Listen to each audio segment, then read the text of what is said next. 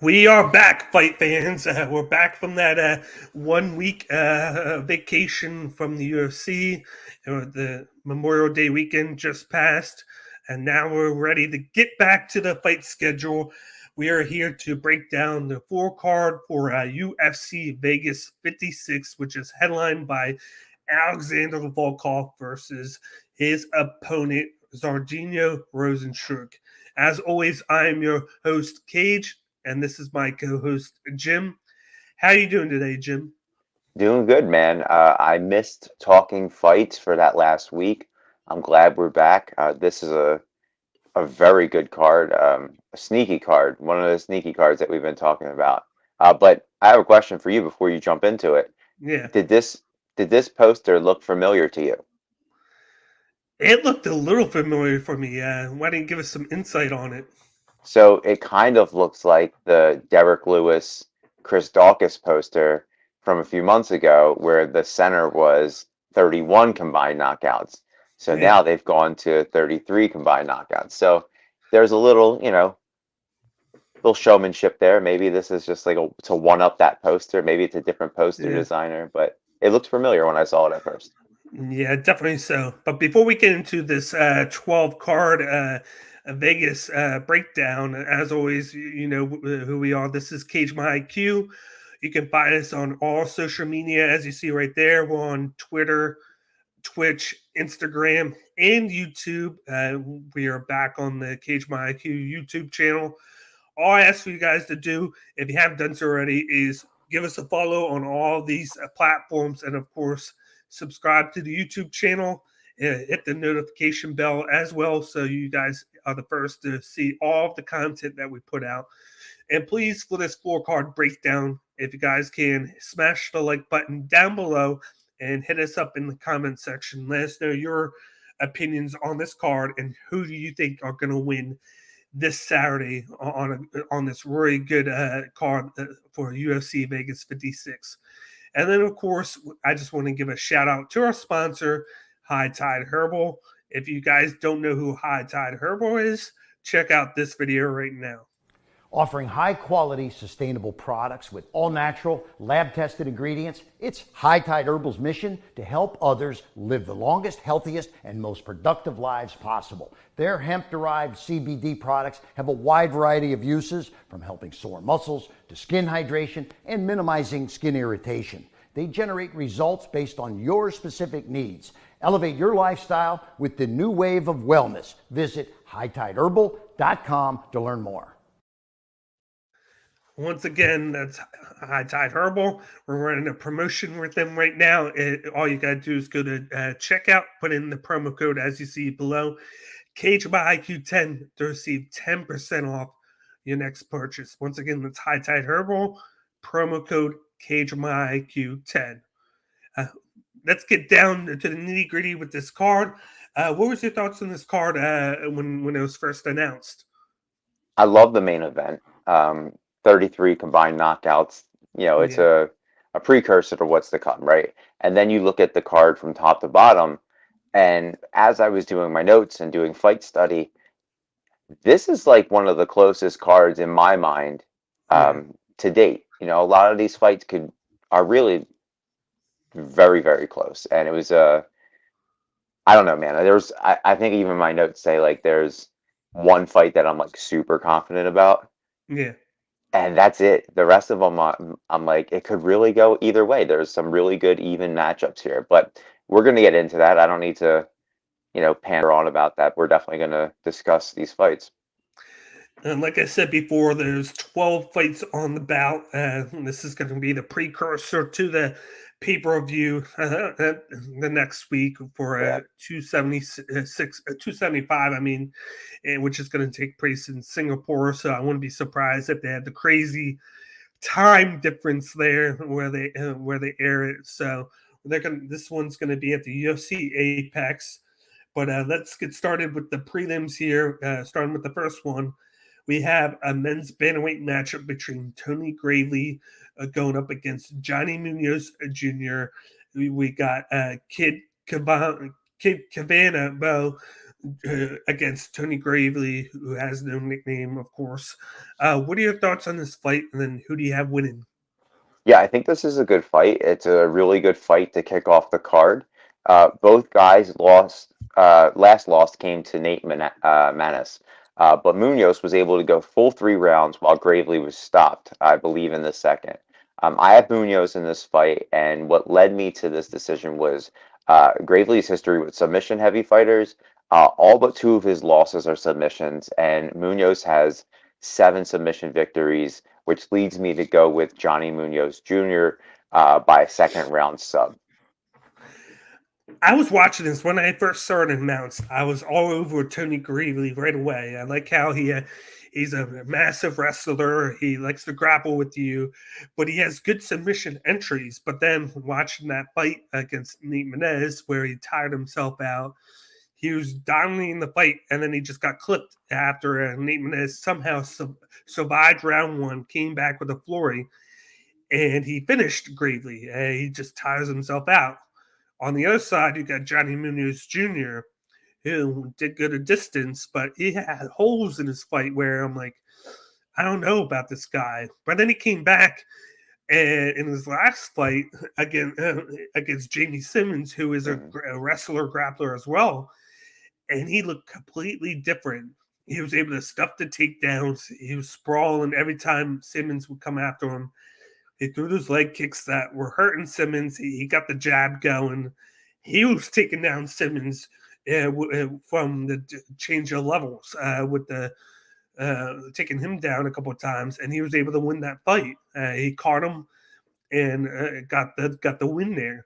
And going into this one, I feel like Jamie Simmons is just another version of Tony Gravely, where they're wrestlers, but they don't really disguise their entryways into the takedown, whereas like a normal guy would like have a lead up to the takedown. These guys just go in there and try and force the will to get you down.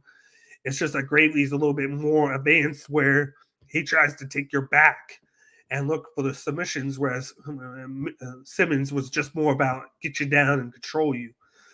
But I think on the feet, I got Munoz has the advantages. I like the leg kicks. I like how he tries to incorporate the jab. And I could see him sprawn for a couple of takedowns on Gravely, taking advantage of his gas tank. I got Munoz Jr. by decision here. I think maybe Gravely takes the first, but then he starts to get tired. And then Munoz takes rounds 2 and 3 with the striking combination with his grappling. Okay.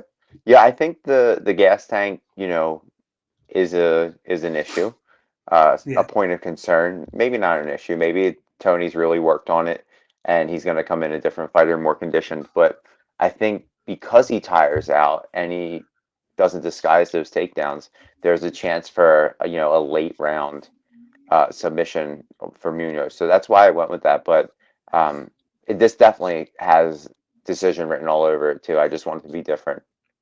And then remember in the last fight against Oliveira had like 10 guillotine chokes on him that he just kept on doing because Gravely just to defend it. So where you say there could be that opening for submission, it could be a guillotine if Munoz has worked on it. I watched the tape and saw that Gravely just left himself open each time. It's just that he would power through the guillotine the champs, and I think Munoz is a lot better than Oliveira. Yeah, Munoz has a variety of different submission wins under his belt.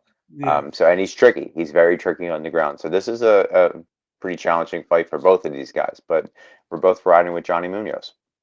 Yep. Let's move on to the second fight. On the card, we have looks like a men's light heavyweight matchup between Alonzo Minifield going up against the debuting Askar Nazarov. They come in with the nicknames Atomic and No Mercy. Jim, what are your thoughts on this fight? And then who do you have winning? Yeah, this fight's going to be an absolute banger. If Askar Nazarov looks familiar, it's probably because you saw him in PFL going with an extreme face-off against former guest of the show, the late Jordan Young. and then immediately popped for steroids. So now he's making his UFC debut, which is something, I guess, a step up for him, maybe. I'm not sure. But this one was a pick. He was actually supposed to fight 2 other times in UFC afterwards, and in both fights got King's sword. That's interesting as well. Yeah. I'm curious to why. Maybe something along his camps, but who knows? This one was a pick'em for me. Both have really good Muay Thai, but Minifield also has a decent ground game. Nazarov throws bombs and could end the fight very quickly. I'm going to go with Alonzo Minifield on this one by second round KO. I don't think this goes the distance. You're either going to be knocked out or knock somebody out in this fight. But honestly, this is, like I said in the prelude to our breakdown. This is either man's fight. This to me is a pick'em, and it's the first one to land the power shot. Honestly, but I'm going to go with Alonzo Minifield in this one. Yeah, both of these guys are going to be throwing heat, and they have power in their overhand shots. But Minifield comes in, like you said, he has that grappling background. He likes to push up against the cage. His big issue with him in fights has been his gas tank and leave him his chin right there out in the center line where his opponent can knock and hit him, and usually gets stunned, and then his opponent takes over.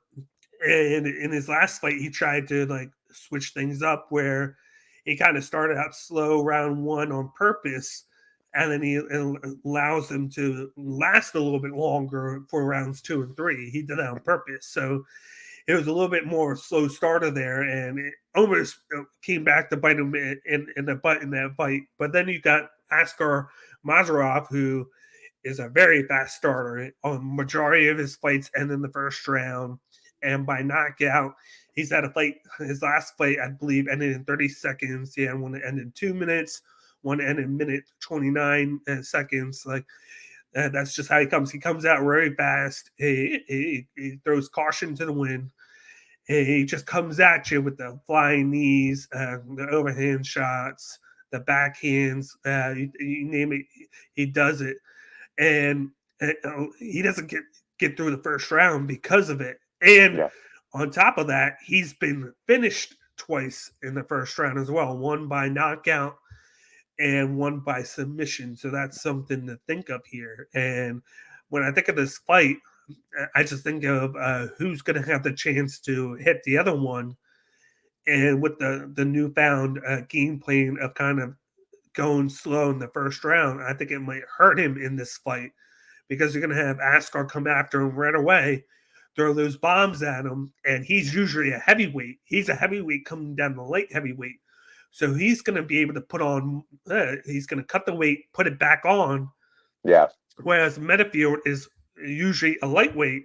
So he's going to weigh more. He's going to have more like torque with his throws.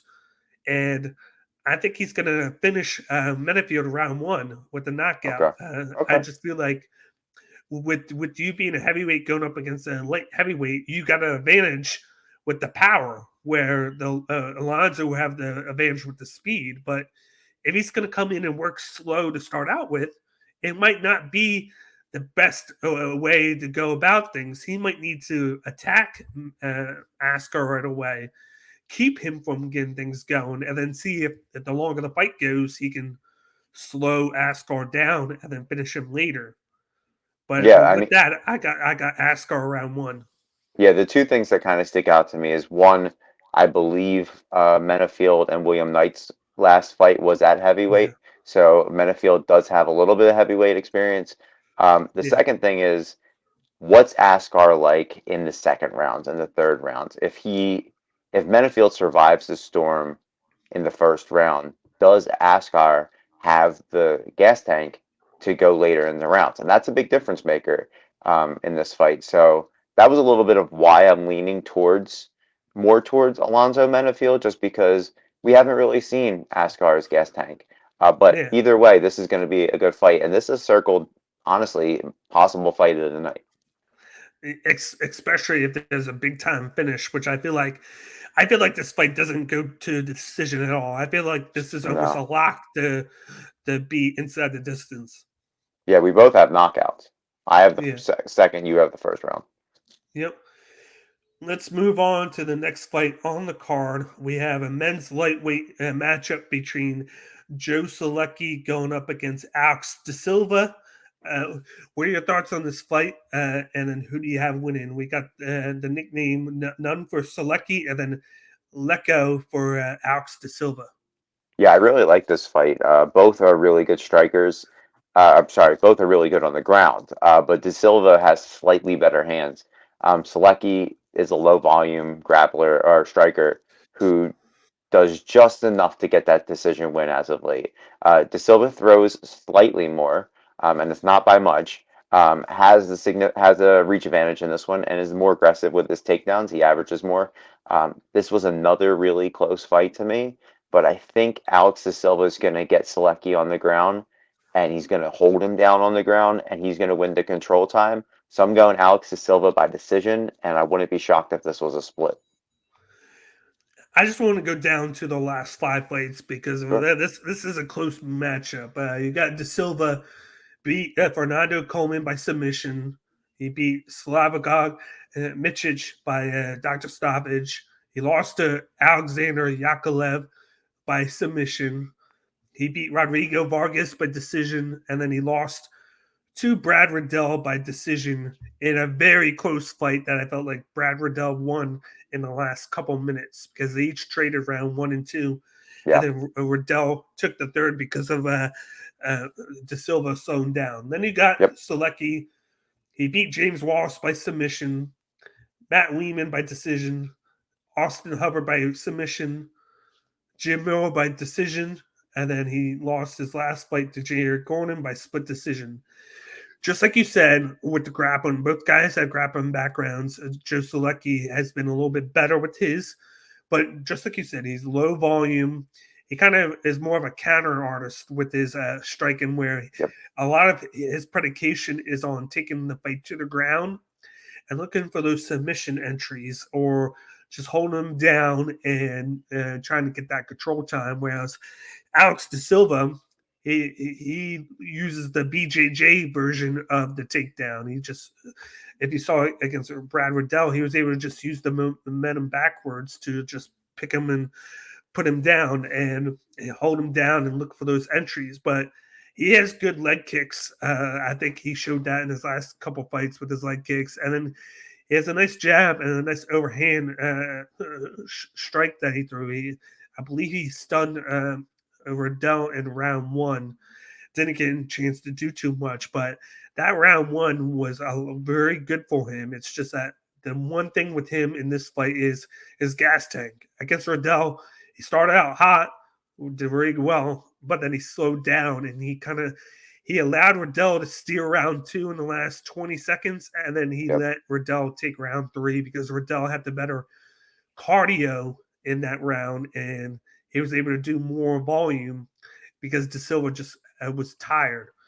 In this one, I'm going to have to go with the, to me, even though he's the favorite, I think he's the underdog, Alex De Silva.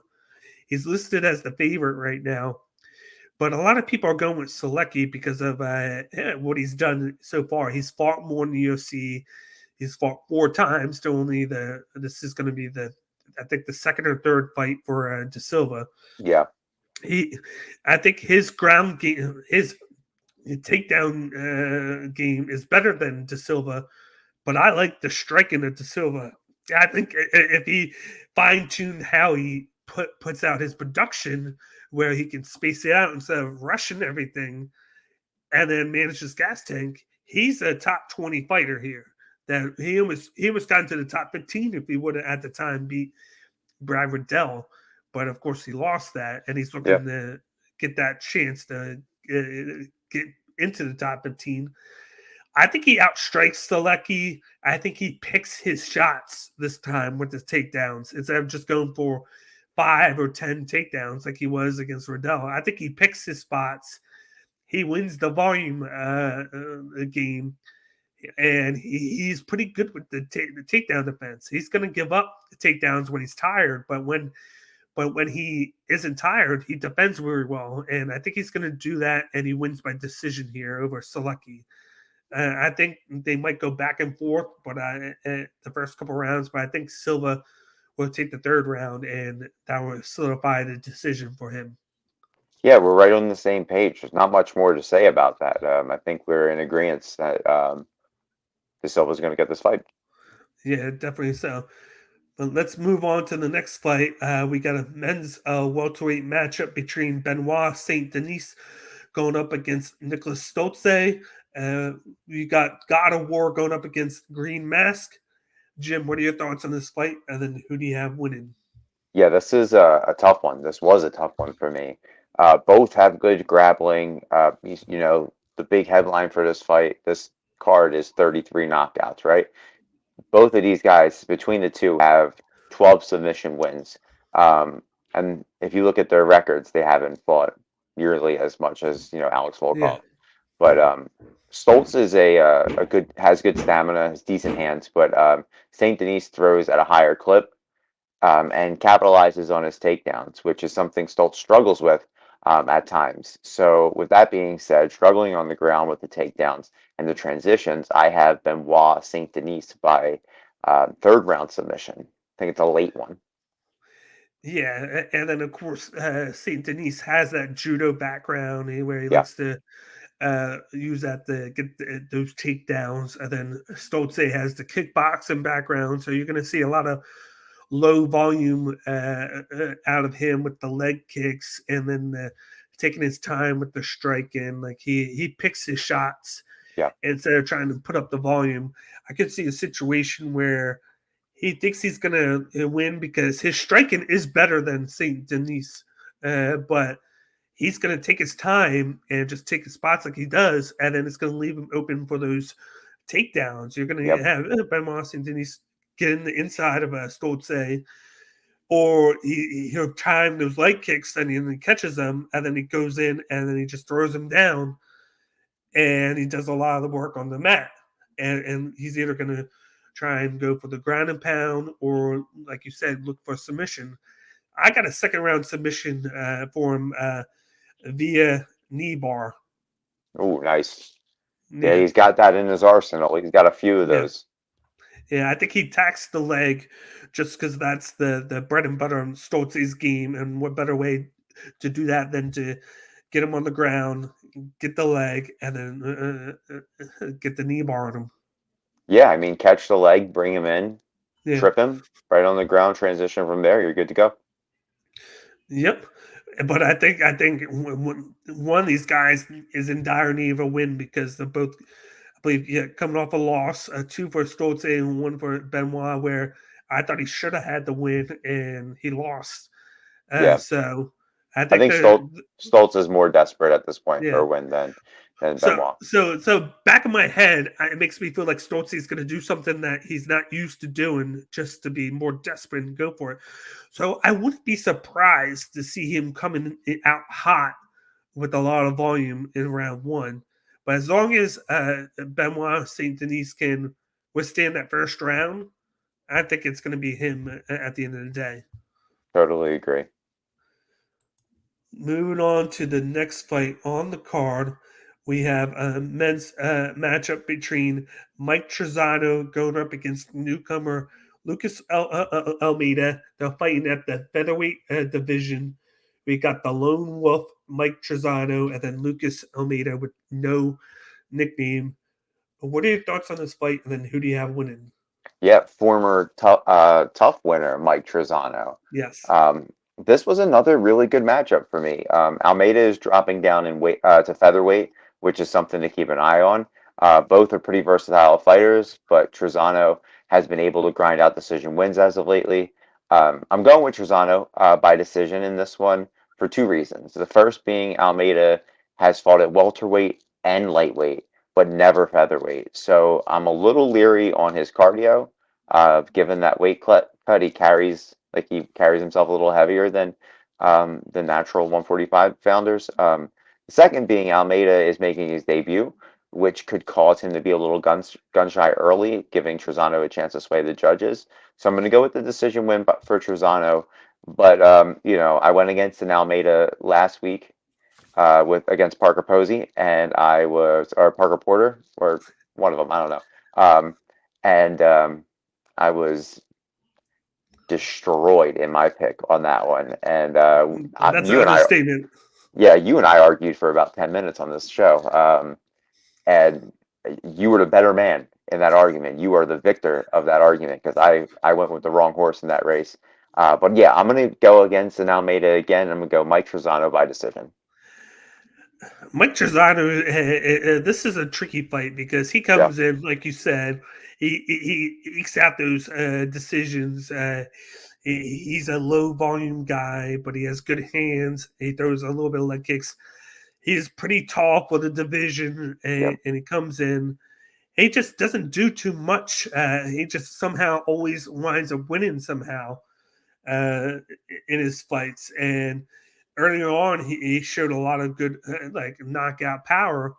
But then lately, it's just been him trying to just do enough to play more defensive and try to last the fight because he thinks his opponent's going to gas out, and then he just ekes out a decision. On the other side, you got Lucas Almeida, who has a kickbox and Muay Thai background.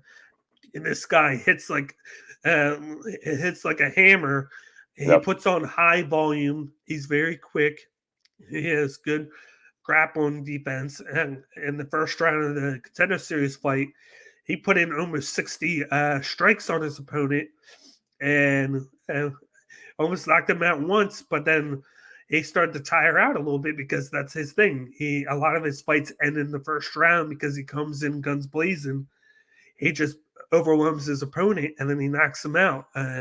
And he didn't do that because both guys going into that fight were undefeated. Both could throw good volume and then both had good leg kicks. It's just that his opponent had a little bit better cardio because he didn't do too much round one because Almeida did so much to him. I think coming in here, it's going to hurt Trisano.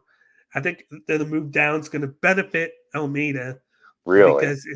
Because of the power. Not the speed, the power. I think he's going to come attack Trisano. Trisano's not known for defending those situations well. I think he's just going to go to town on Trisano. And just like in the other fight, I said, it's going to be a first-round knockout for Lucas Almeida.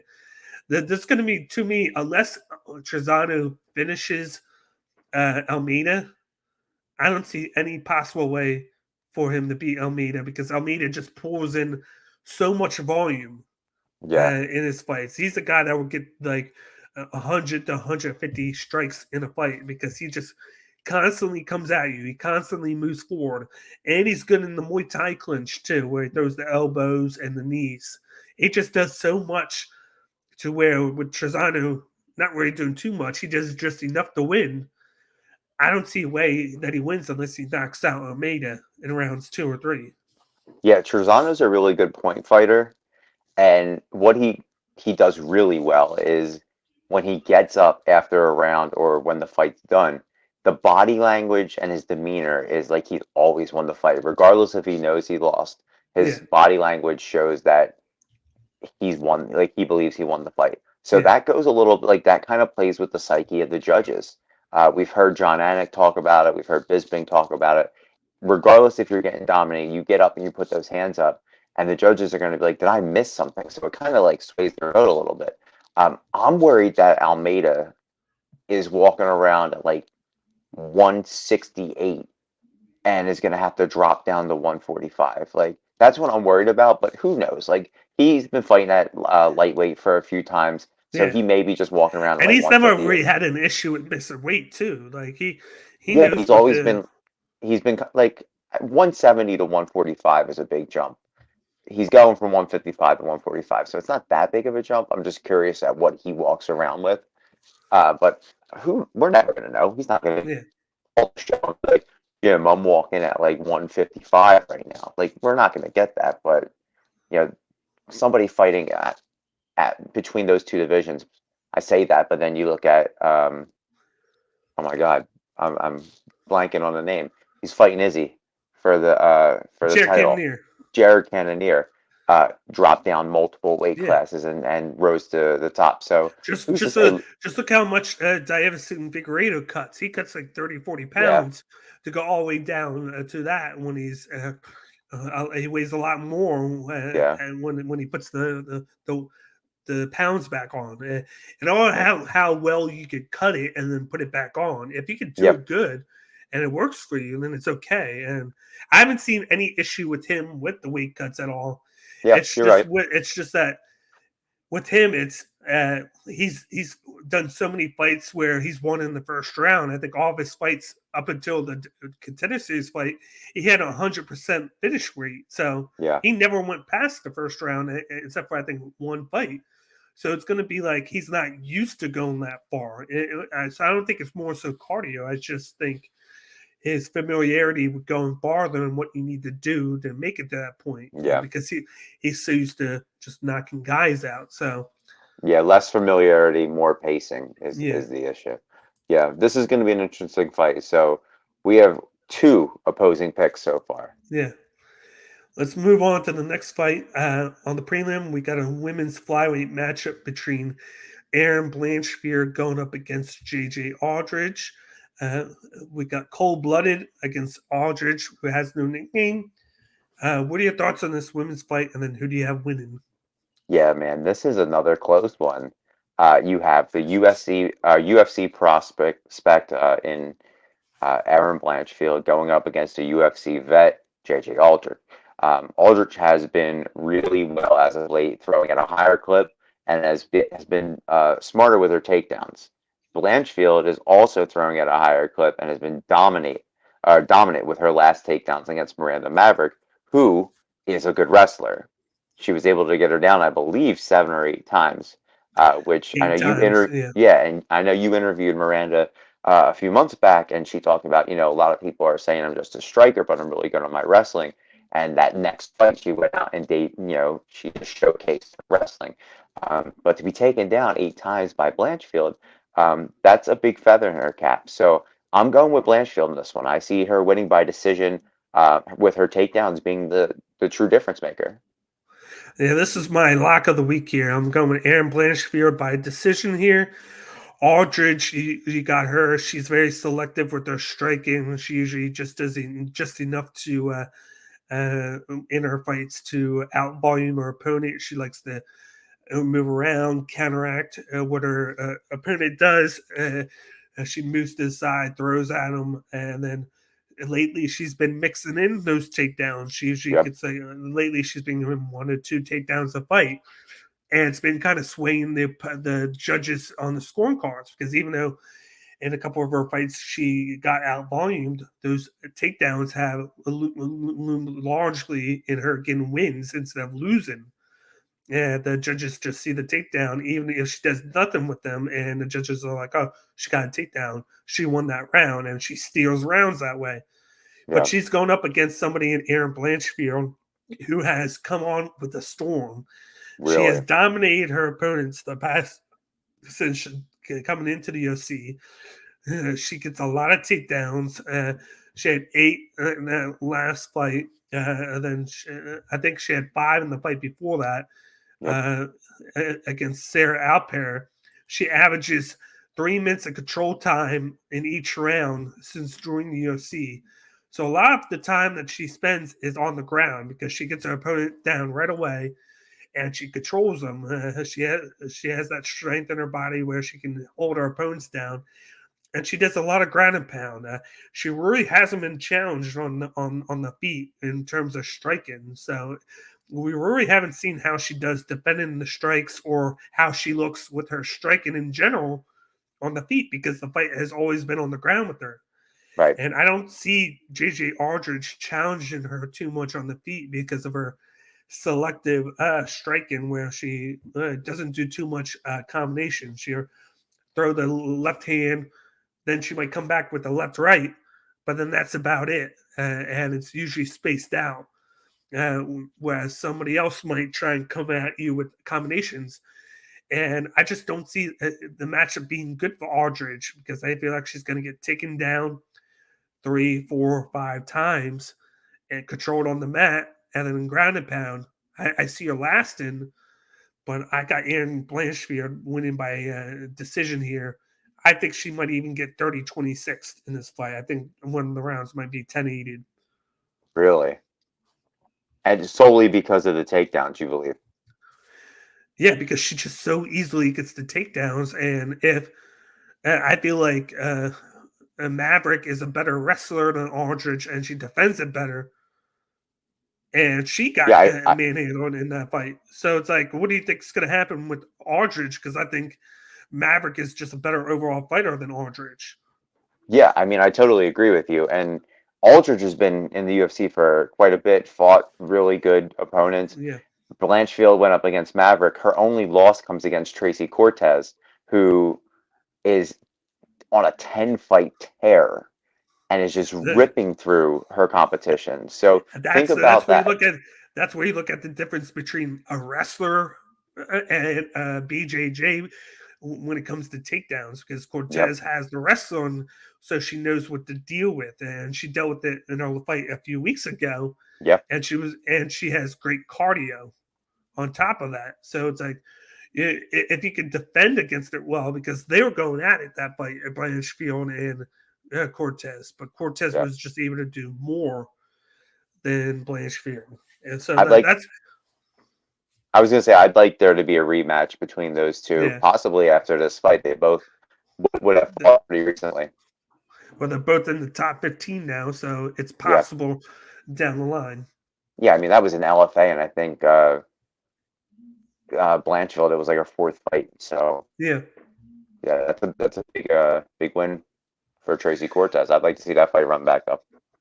Yep. But let's move on to the next fight. We have a men's middleweight matchup between Andres and Nikolaitis going up against debuting Renat Vakhretdinov. What are your thoughts on this middleweight match, welterweight matchup? And who do you have winning? You got the Spartan going up against the Gladiator. So talk about nicknames Yeah, lining up here. yeah, man. It's It's Russell Crowe versus Gerard Butler going up Yeah. against each other. As the last fight was your lock of the night, I believe this is my lock of the night. This is the fight that I think I'm most confident about. Michelitis is either going to knock you out or get knocked out. Uh, Donev is extremely versatile with his wrestling background and power striking. This was an easy one for me. I may be overlooking Michelitis, but I think Renat wins by first round KO. I think it's an early exit, early debut, quick debut. Yeah, both these guys have grappling backgrounds. Of course, Renat Fakhretdinov has the Greco-Roman background, and he has Yep. the striking. He's been working with the Habib camp a little bit now. He is the first fighter from Tatar to make it to the UFC. When he got noticed by Dana White, he was actually not the guy Dana White was looking at. It was his opponent Spicely, but then he finished Spicely in the first round, which no one was able to do that up until that point. And then he got a contract right away. But he comes in there and he has a wrestling background, but he wants to fight for the fans. So he's been trying to do the knockout style where he comes in there and throws those looping knockout shots at you, Yep. and then he just pushes you backwards to make it happen. And he even says that he could be more the grappling guy, which he does use, push his opponents up against the cage, throw the elbows and knees. But he just feels like he wants to do things to get the fans to notice him more. And then that's what kind of has been working with that. And then he mixes in the takedowns and everything in with the striking. On the other side, you got Andreas Nikolaitis, who comes in. He's a kickboxer and a wrestler, but he's kind of put the wrestling on the back burner and focuses more on the kickboxing. He likes to stay in that range, and he likes to out volume you. He has knocked people out in the past, but he's more of a decision guy where he just stays a distance away, hits you, moves around, and then when you're not thinking about it, he shoots in for takedowns. And you saw in the last fight, he left himself open against Alex Ferreira, and he got Yeah. pieced up in that fight before he eventually got finished in round two. But round one, he did pretty decent for a little while, but then he started making mistakes. Yep. I think he does that in this fight. I'm going to go with another finish round two by ground and pound for Renat. I think round 1 will be competitive. Maybe Nikolaitis will win the round because of his distance game and striking, where he's just avoiding shots. But I think he gets taken down round 2, and then he eventually gets ground and pounded, because I just think with being a bigger guy, Fakhretdinov is going to be able to do a lot more damage to Nikolaitis and get the finish. Yeah, I'm right there with you. Just a round earlier. Yeah, but we're both on Renat in that matchup. Yeah, it's gonna be a strong debut for him. Yeah. Moving to the next fight on the card, we have a men's flyweight matchup between Osborne versus Azaruk Adashev. In this matchup, you got O'Day, aka the Jamaican sensation, and then you got Adashev, aka the Lion. What are your thoughts on this fight? And then who do you have winning? I like this matchup a lot. This was the fight that I thought was going to be the one that you were most confident about, because I know you're really high on Osborne. Yeah. I have Osborne winning this one. I think he's more versatile and has the experience and significant reach advantage in this fight, which is going to pay dividends. Adashev did really well in Bellator and is coming in off a win against Ryan Benoit. But I think Osborne is going to be the winner of this fight, and I think it comes by first round knockouts. So I'm going back-to-back first round knockouts in the prelims. So we'll see where that one goes.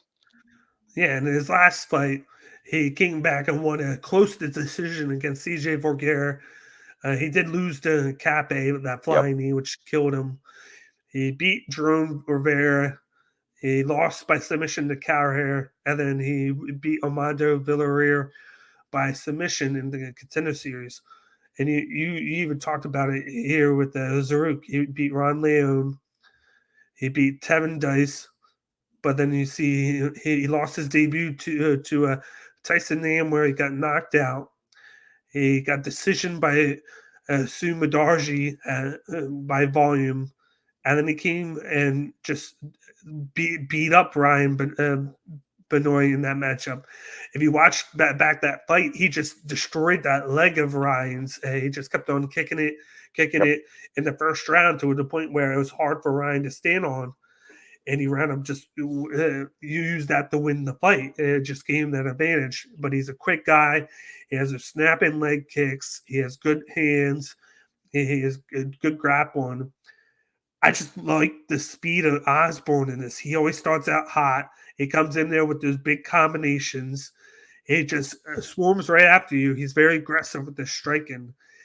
And the one thing that's been knocking on him has been his gas tank. That's the one thing that kills him in his fights.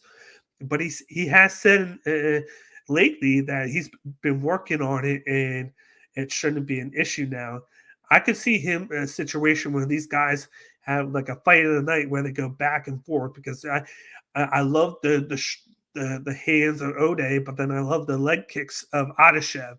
Yeah. So I feel like both of these guys are going to have their path to victory here. It's going to create a great matchup. I think it's going to come down to the third. And I Really? think it's going to come down to the third, and it's going to be tied 1-1. And O'Day's going to make his mark. He's going to miss. And then I think Adashev steers the round. Oh. Because I think his gas tank is better right now. I really want to say Osborne, because I think he is the better fighter. Yeah. But I think until he gets that gas tank fixed, and if the fight goes long, which I feel like it will, it's going to be hard for him to deal with his opponents, because he usually goes out really hard round 1, and then he starts to slow down a little bit. You've seen it. You even saw in the last fight against CJ Vergara, where he started out good and then he fell off as the fight went on, and then he just was able to eke out that decision. But you got a guy that's going to be kicking at your leg like that. He's going to make you go slower. So how is he going to do when he can't go full speed because his leg is beat up? And I think that's going to be Adashev's game plan, to attack the legs, to avoid him from getting those really good hand strikes going, because you got to be able to plant your feet that way. And I think he's going to do exactly what he did to Ryan Benoit. All right. And I think he wins by decision in this fight, but it could be split decision. That's how close of a fight this could be, and I think it's fight of the night. This is going to be fight of the night. Oh my goodness! I hope O'Day is not listening to this. I know that's your guy, and you guys, you guys are in the same circle. But dear God, I hope he's not listening to this one. I gotta take my heart out of it for these things. It's hard to. I always go with my guys too. So it's definitely one of those things you got to take the emotion out of it. But that reach advantage for O'Day is something special, and he's going to be able to negate those leg kicks by just piecing him up from range. But I don't think he's going to be able to do that though, because the reach only has an advantage to me when you're that high. When you're a guy coming in and throwing the leg kicks that fast as he is, that only helps O'Day when he's throwing at him and he's able to counter it right away. And in the first, I do think Osborne is the first round live for a knockout, but anything after that, it's going to start to diminish more and more. All right, like I said, it's what we've seen in the past. So yeah, like I said, I hope he's not listening because he'll never come on the show now. Yeah, but moving on to the next fight on the card, we have another men's flyweight matchup between Jeff Molina going up against Zalgis Zumagulov. We got El Jefe versus Zacco. Jim, what are your thoughts on this fight, and then who do you have win? Yeah, this is another one of your guys, so I'm curious to see if you go against him. This is another really good fight. I have Molina winning this one. Zalgis isn't letting his age get in the way, but he was outgunned by Manel Cape, and that name, second time it's come up, we just talked about it in his last fight. Molina, on the other hand, has been unbeatable and is poised to make that top 10, top 7 jump.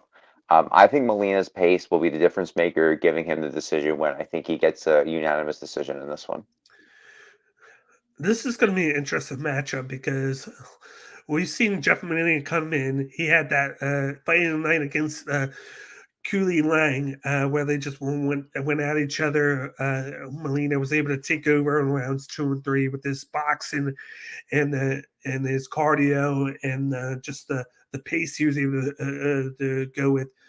But he had struggled with the grappling in Lang in that fight. And then he even had a little bit of trouble last fight against Lacerda before he took over, was able to reverse, and then he got his boxing going in that one. Zacco Zumagulov is going to come in very hot. He has power hands. He likes to grapple up with his opponents, push him up against the cage, and he's no slouch with the takedowns. He would do it every now and then. It's not his main piece of his repertoire, but he pulls it out when he needs to go for those takedowns. But he's going to be more of the stand-up guy. You saw that fight that he got into with Cape, where he was piecing up Cape round 1, and then he just slowed down, and Cape was able to push the throttle on, and then he just went to town along the cage before he finished him. Yeah. Molina's not really a finisher in the fight per se, but he's really fast. He's really composed. He doesn't rush anything. He takes a lot of damage. He has a great chin, but his volume count is very high. He's going to overvolume Zumagulov. He's not going to get knocked out. I feel like he knows how to move his head and avoid shots, and he just doesn't stand there. He moves forward and comes at you with the combinations. I got Molina by decision in this fight. Oh, we saved another friend of the show.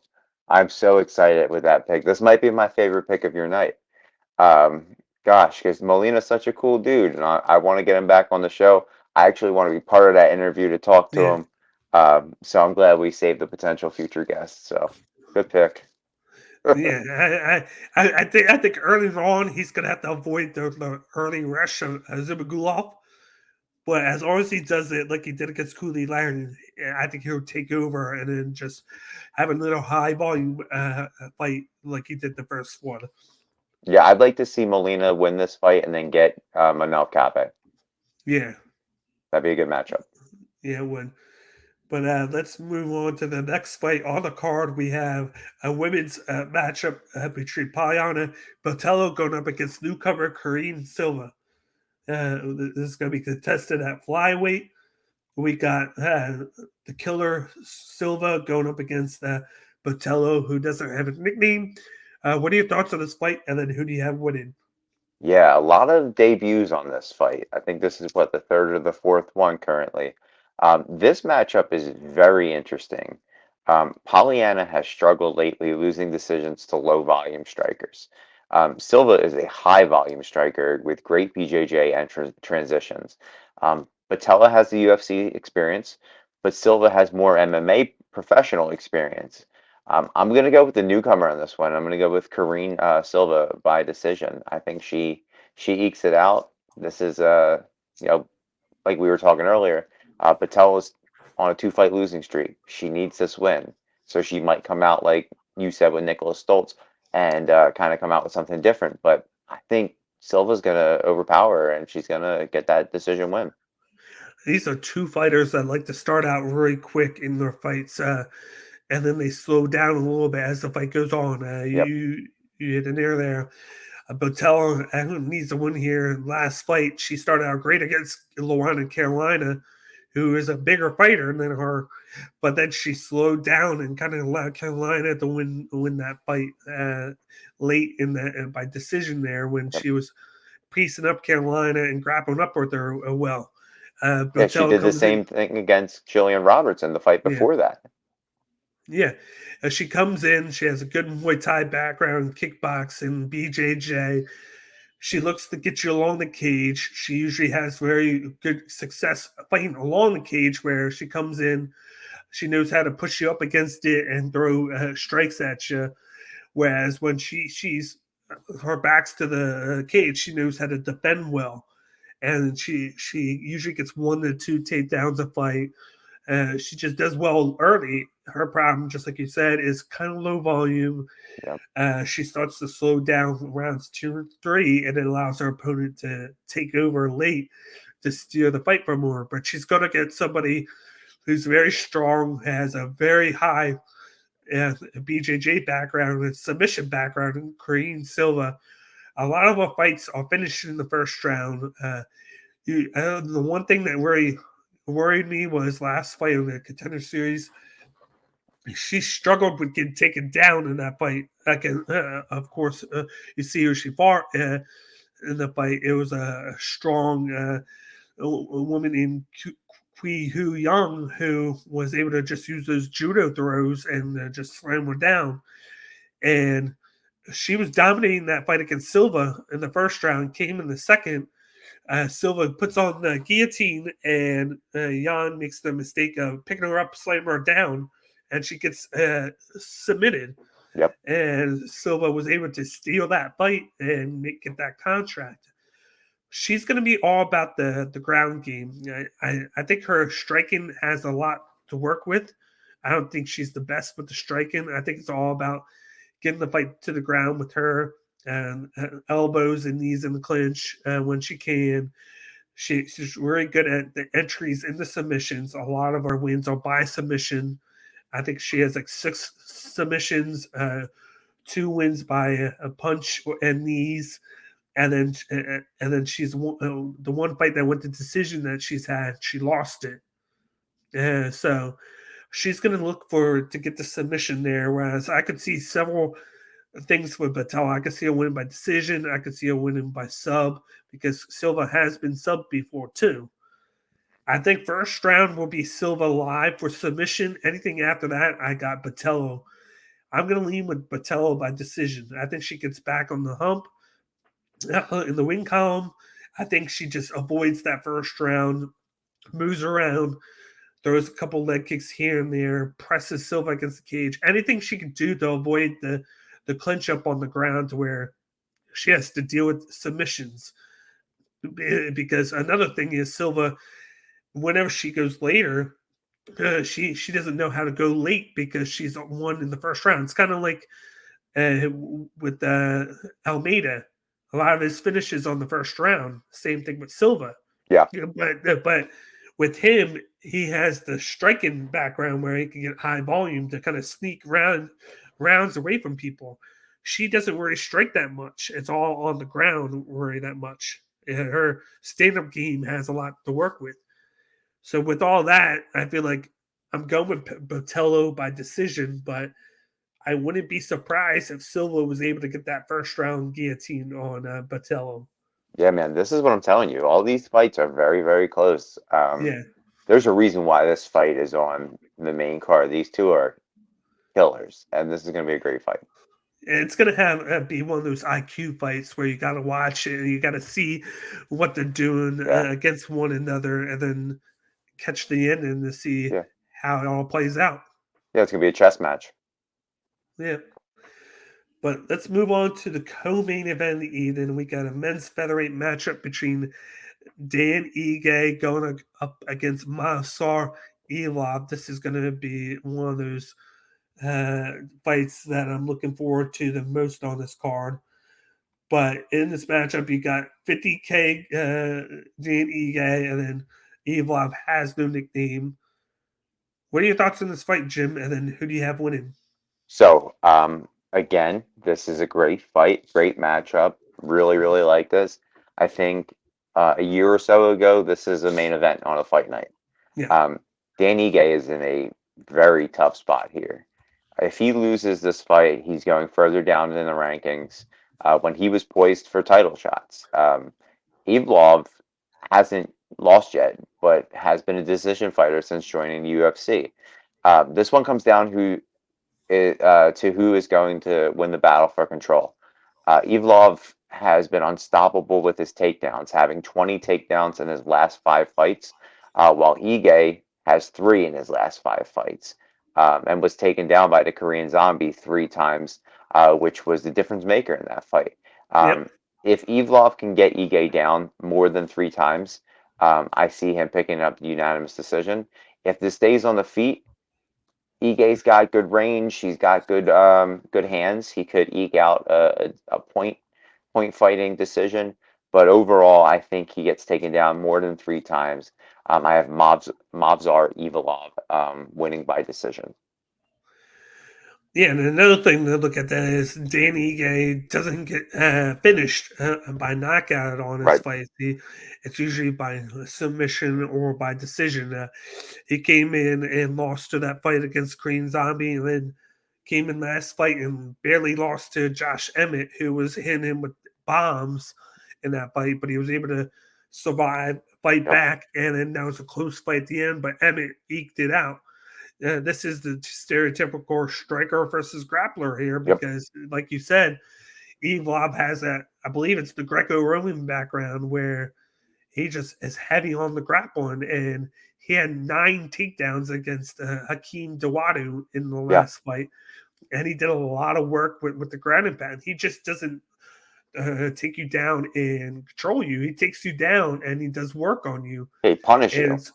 Yeah, and then it's hard for you to get up. And Dawodu didn't get anything going until round 3 when it was kind of too late, because by that time he had already got dominated there.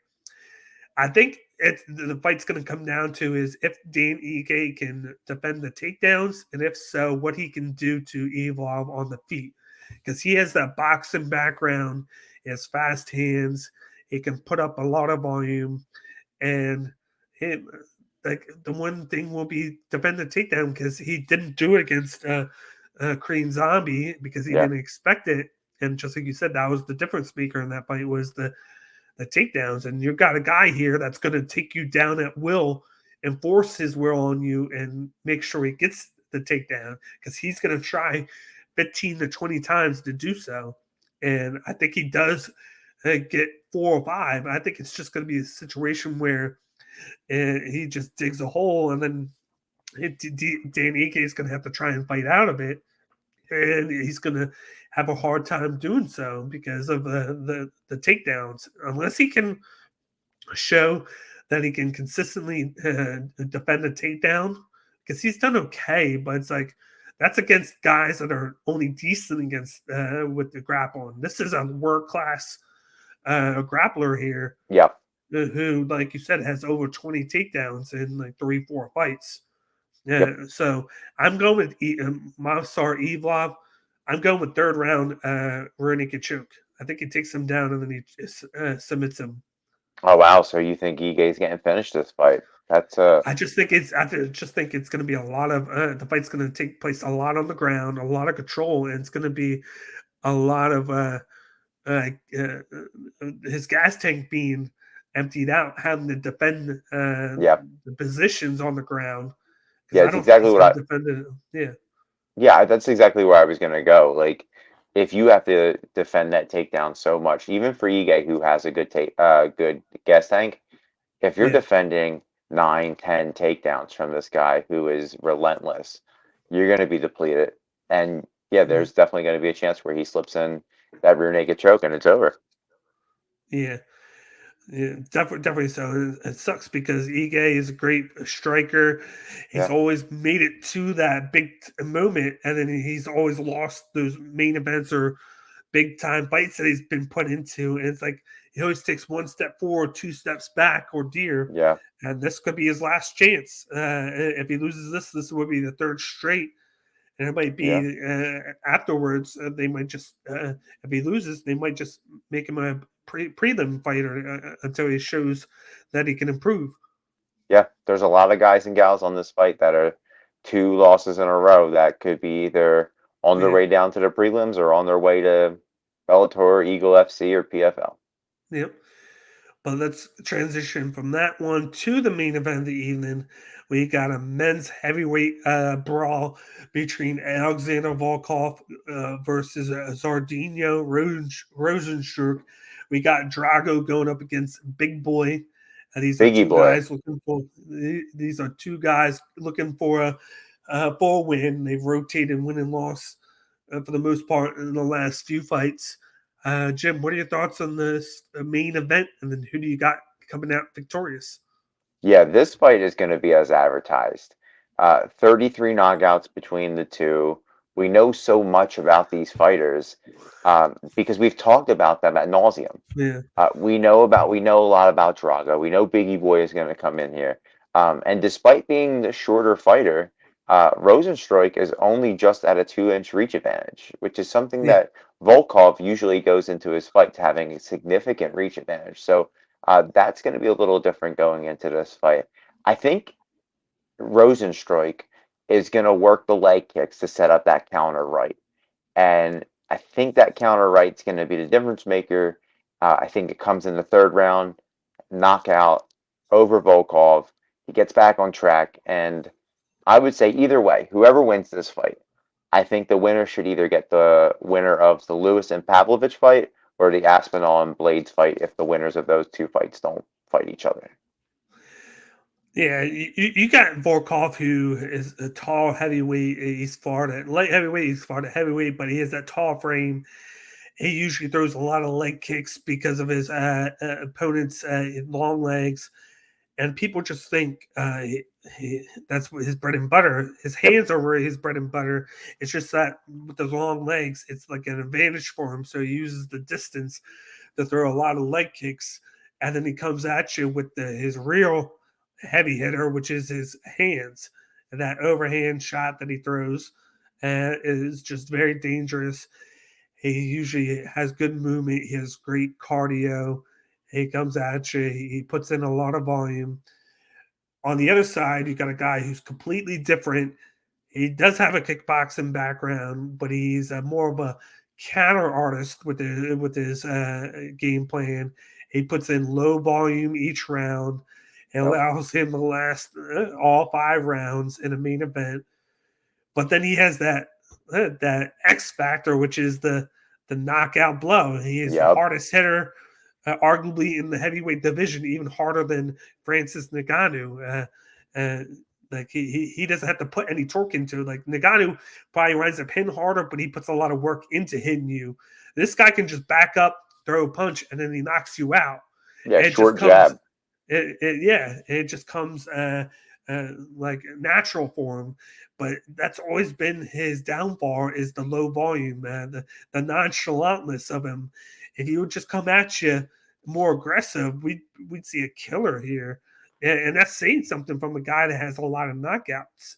Right. It's just that's been the difference between him being a champion and him having 3 or 4 losses in the UFC like he does, because he usually is too passive in his fights.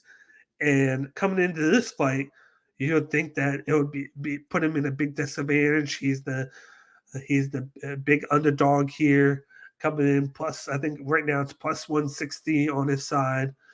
And it's only close to me because both guys got a loss.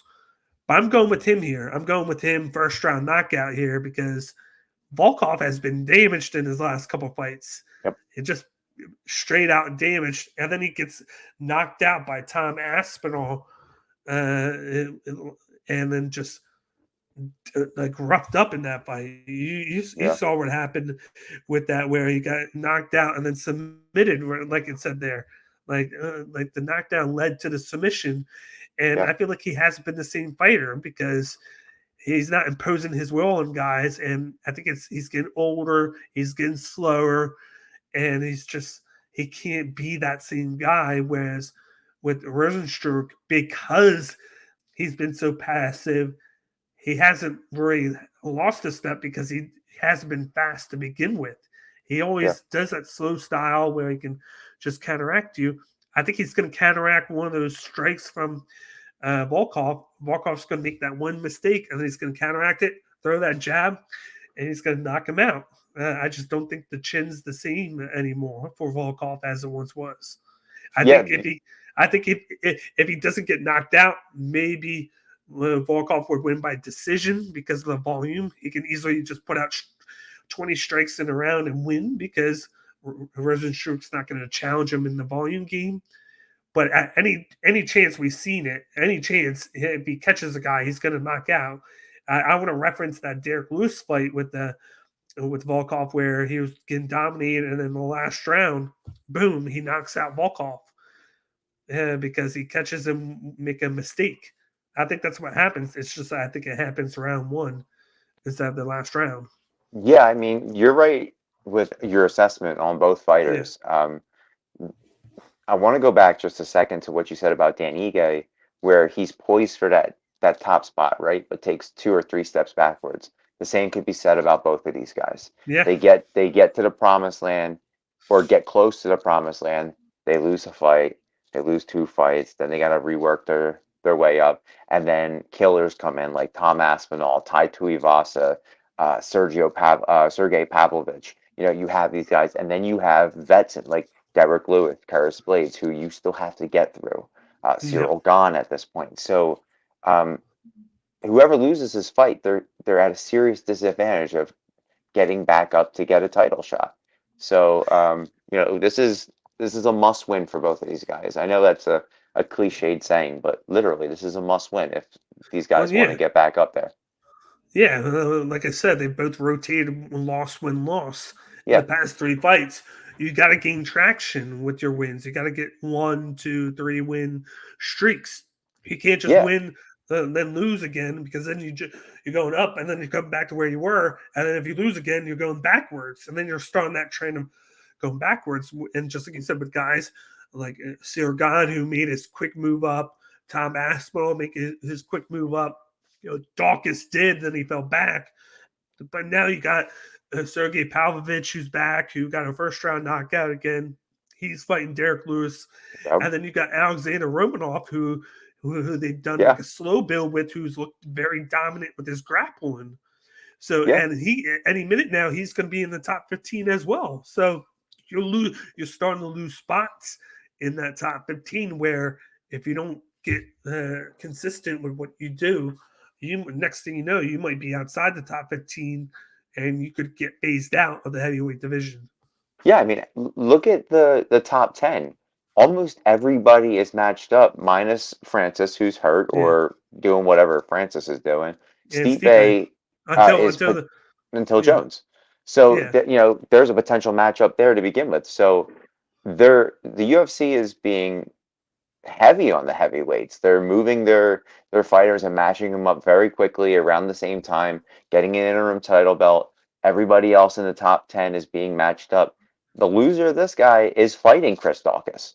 The loser is fighting that Alexander Romanov or somebody outside of the top 10. Another point, these two guys have fought almost everybody in the top 10. So Exactly. what happens when you lose? You're not going to be fighting anybody else there because you've already fought them. So you're going to have to fight one of those upcoming guys as a loser. And you're going to be the kind of the gatekeeper now, whereas the winner is either going to be in that situation where he has to sit and wait for somebody to get moved up to fight that you haven't fought before, or they have to fight down anyway because they've already fought so many people. That's when you fought so many guys like these two has. It's a gift and it's a curse. It's a gift because maybe you've beaten most of them, but then it's a curse because if you've lost to some of them as well, it's getting you to the point where you're running out of people to fight that you haven't already have fought yet.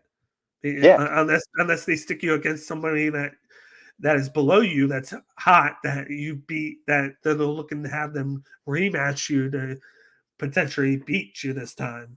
Yeah, I mean, you could lose this fight and your next matchup is Alexei Oleinik. It could be. And he looked good last fight. So he looked very good last fight. I went against him and he looked great. Yeah, so that's where it is in the heavyweight division. I think this is a very important fight for these two. Likewise. And I think there's no caution for error. The winner's gonna get out good, and they're gonna hopefully start like a new stretch. But then the loser, I feel like the loser is gonna get to a situation where it's gonna not look good for them. Where I think they drop down and they become the guy that you throw one of these prospects at. I agree, 100%. But other than that, that'll wrap things up with tonight's 4-card breakdown for UFC Vegas 56. Before we head out, I just want to give out a couple of my bets for you guys on this card. I like Jeff Molina money line here. I know he's coming in here the favorite, but I think at the price tag right now, it's pretty good. It's not too high, but I'm going with him with the volume.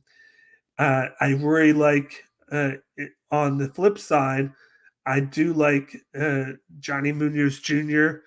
As well. I think with him being the underdog, I believe it is. I got to double check that with here, but it's going to look good with him. In fact, let me look right now to check that on here for you. We got right now. Yes, he is plus 125. I want to pair him up. This might sound crazy. I want to pair him up with the Lucas Almeida, who is a plus 190. And I'm going to do that as a parlay. I try not to. I did that a couple weeks ago. I try not to do too many underdogs together, but I just feel really confident about these two. And when you pair them together, it boosts up the odds. So with that parlay, I got Munoz Jr., and then I got Almeida, and they're both, like I said, plus 125 and plus 190. And then for the last one, I'm going to go with another pair. I'm going to go with Zarginho Rozentruik by knockout. Usually he's plus 130, so I could see right now. I could see the knockout being anywhere from plus 200 to 250, and I'm going to pair that up with Renat Fakhretdinov by decision, which is minus 280. I'm doing this for the sole purpose of knocking down Renat's 280 to kind of balance it out a little bit, but that's my other parlay there as well. So those are the three bets that I'm looking at the moment. I like Erin Blanchfield in the fight. That's my pick.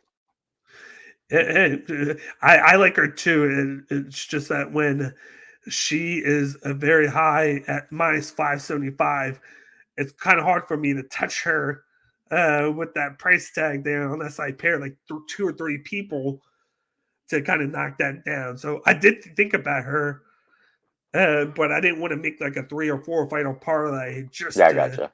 Just to even take it out. Yeah, just to even it out. You got it. That's what you got to do with those people that are almost locks with these. But those are my picks right now. They could change. We got a little bit before the fight. I might wait to weigh-ins to see if anybody stands out for good or bad. But at the moment, that's where I'm leaning at. But before we get going, just once again, give a shout out to our sponsor, High Tide Herbal. All you got to do is put promo code CageMyIQ10 at checkout on www.hightideherbal.com to receive 10% off your next purchase. And then, of course, this is Cage My IQ. Please follow and subscribe to us on Twitter, Instagram, Twitch, and YouTube. And then hit the like button down below and give us a comment in the comment section to the right. I want to get everybody's opinions on this card, get everybody's opinions on my picks for betting this week as well. But other than that, that'll wrap things up. We will be back next week for the 4-card breakdown of UFC 275, which is headlined by Yuri Prochazka going up against Glover Teixeira. And then we also got Valentina Shevchenko going up against Talia Santos. But we are Cage My IQ. I'm your host, Cage. This is my co-host, Jim. And we will see you guys next week. Talk to you later.